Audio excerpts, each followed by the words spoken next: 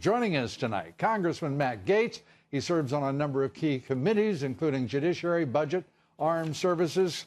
Congressman, great to have you with us. Let me first get your reaction. A lot going on today, as you well know. You've been involved in much of it.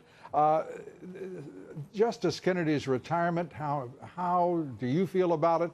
And do you have a favorite among those 25 on that special presidential list? Well, I think there are a number of excellent choices that the president can make. And you'll remember, Lou, that a number of conservatives voted for Donald Trump because they knew that the future of the Supreme Court could be at play, could be the very deciding thing that dictates what this presidency will ultimately be judged by with the American people. And so I'm excited that he's got that opportunity. And when you look at just the decision we got today on unions, where public sector union members won't be forced to pay off union bosses just to have jobs, it certainly shows you how impactful the membership and the composition of the Supreme Court can be. Absolutely. And those conservatives who voted for President Trump have to be feeling very good because they got an additional bonus, the most successful president in 16 months as president since FDR, and another Supreme Court justice choice to boot. Let's turn, if we may, to this peculiar, even by Paul Ryan's standards, this peculiar vote that took place today in the House as he pushed forward a so-called compromise bill on amnesty and open borders, because everything that Ryan does has to be associated with amnesty and open borders. And the vote was overwhelming. It was a stunning defeat for the legislation, for the Speaker, and for K Street, the Chamber of Commerce, Business Roundtable, the Koch brothers, and Wall Street. Well, I will tell you that there are two principal questions that divide the Republican Party on immigration, Lou. The first is the path to citizenship. I'm an immigration hardliner, I'll admit it, and I don't think that people who come here illegally should have a path to citizenship. That is not what the rule of law demands of us. Even if they have sympathetic stories and even if we create some sort of legal status for people to work, citizenship is not something we bestow on people who come here illegally. Second thing, chain migration. Immigration hardliners do not want to see people coming to this country or being legalized as a consequence of their family relationships rather than the economic value that they can bring to the country. The America First agenda that the president is delivering on for the American people demands that we put the interests of this country first, not the interests of family reunification over our economic objective. And so I think that the president's right. Here's the question. Moving forward, will we start by negotiating from the Ryan bill, or will we start from negotiating from the bill that got 193 votes? I think we ought to start with the conservative bill and as the basis to go forward. You're not contemplating another vote on illegal immigration, amnesty, and open borders before the midterms, are you? Lou, we promised people a wall. We promised people a wall. We promised people we're going to get rid of the visa lottery. They were going to end chain migration. Everybody starts talking about open borders. They talk about amnesty. This should be clear to everyone now. Let's go to not just the Republicans in the House of Representatives, because there's some awful, difficult issues facing some of those people, not the least of which is their reelection. The American people are expecting this president to build a wall. That's a promise. Many of your colleagues promised to join him in that effort to build a wall.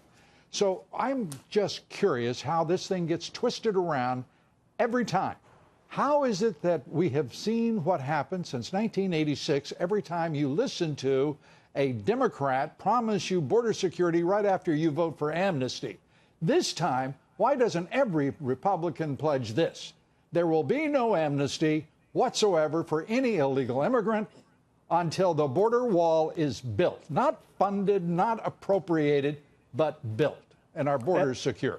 Well, I would go a step further. It's not just the wall that's going to secure our borders. It's going to be E-Verify. It's going to be ending the visa lottery, entering chain migration, stopping sanctuary cities where people can come and break the law and hurt people. I'm perfectly thrilled with that. I want to do it all. I want to do every bit of it. But you know what?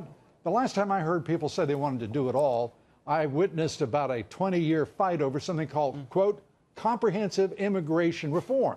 Now, you as a practiced and veteran legislator, understand that one of the greatest and simplest ploys in Washington, D.C. is if you can't solve a problem, you make it bigger.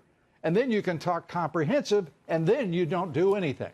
This time, build a wall, secure the border, and then we'll talk about how we're going to change immigration law. The American people deserve that consideration, that respect from this president and this Congress and the next one elected. Don't you agree? Well, I do. I think we need about 30 more votes. I mean, we had 193 votes for a bill to do just that. 30 votes, you Republican. I mean, you watch this president. He works night and day. All of you. No, he did a great job. You work like the Dickens, too. But I got to say to you, you need a speaker who will work for the American people, not for the Chamber of Commerce, who will work for the deplorables and not for the Business Roundtable and Wall Street. Do you think that can be done? Because that's what you guys should be focusing on. Every rhino in Congress ought to be defeated, and every one of them should be defeated by a conservative Republican. Hey, from your lips to God's ears, Lou, I would love to have more conservatives here in the Congress. We have the Congress that we have right now. And look, I think this will be an issue in the elections because, like you said, we haven't delivered on a promise. The immigration was the central issue in this last election. And my expectation is that the American people are going to be demanding a lot more of us in the midterms than we've offered them. And another issue that it just keeps bubbling up, and we think it's near resolution, if not conclusion, and that is, of course, the conspiracy in the deep state and amongst the Dems and the left in this country who are insinuated into every part of our federal government. And today you had one of the most brazen among them, Peter Strzok, once the head of counterintelligence at the FBI, who was absolutely singular in the mid-year exam, the email scandal investigation by the FBI of Hillary Clinton, Bob Muller's special counsel. Oh, yes, and you remember the collusion by the Trump campaign. I mean, this guy was central, and today, behind closed doors, you got to hear him. We should have had that as an open hearing, Lou, and I expect we'll have him in front of everyone very soon. But I was most taken by the lack of curiosity of Bob Mueller when he had to reassign Peter Strzok back to the FBI. I mean, you would think when Bob Mueller found all these text messages where Peter Strzok was talking about his bias against the president, that Mueller would inquire into those things, that he would ask whether or not investigative decisions were impacted by the clear bias of his top investigator, Peter Strzok. And I am just flabbergasted that Robert Mueller didn't seem to ask the basic questions that someone would ask if they found out that their chief investigator was spewing hate and bias about the very person that they were supposed to be investigating and the Trump campaign. And so I think there are a lot more questions for Bob Mueller after Peter Strzok's interview, and my hope is that we can get this information out before the American people with public hearings and public testimony very soon.